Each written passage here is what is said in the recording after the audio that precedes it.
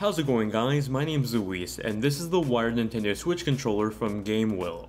This is a wired game controller that takes away a lot of the features that comes with the official Pro controller to create a much more affordable price controller.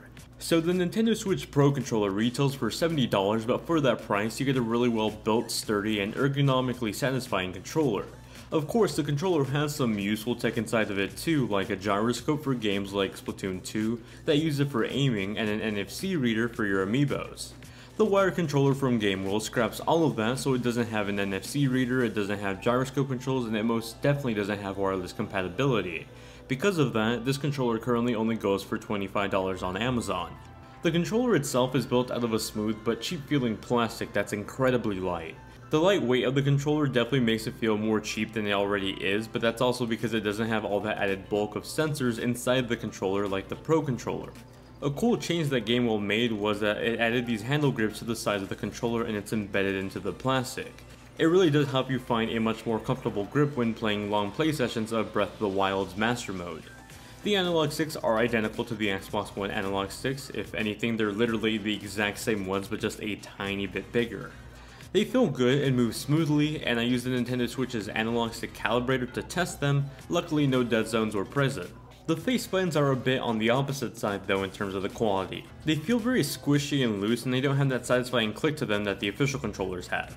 All the face buttons have a shiny gloss to them. I'm personally not a big fan of that. I prefer the matte feeling, but that really is up to your personal preference. The D-pad is much larger and flatter than the one on the Pro controller.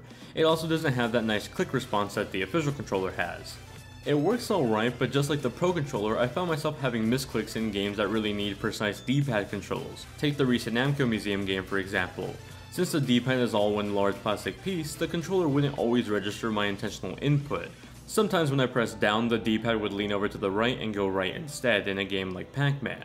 That's an issue I pretty much have had with every single Switch controller except the Joy-Cons, though it definitely does happen more prominently on this wired controller. Towards the top of the controller you get the system buttons like plus, minus, the screenshot button, as well as the big home button.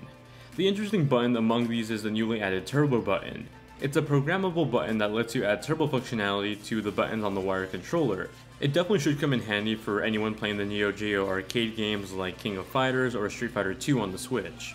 The shoulder buttons and the triggers are significantly improved on this controller. The shoulder buttons have a nice click to them, they feel sturdy and responsive. More importantly, I like the triggers that have a bit more travel to them. They feel more in line with something like the Xbox One controller triggers.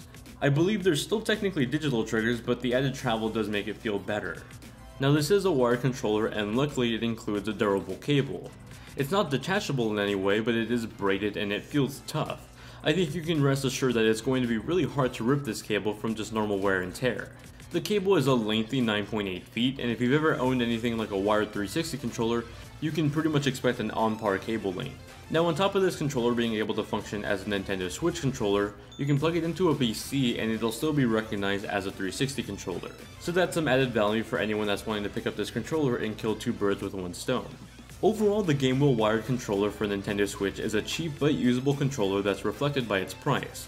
Sure, you're not getting the value of quality that comes with the official controller, and even missing out on some possible key features. For example, if you play motion controls in Splatoon 2, this controller is going to be pretty useless in that scenario.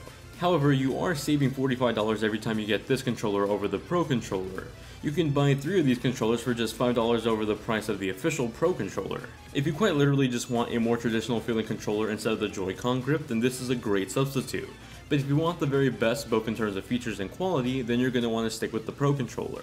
That's my review of the wired controller from GameWill for the Nintendo Switch. If you'd like to check it out for yourself, it currently goes for $25 on Amazon, and that will be linked in the description down below.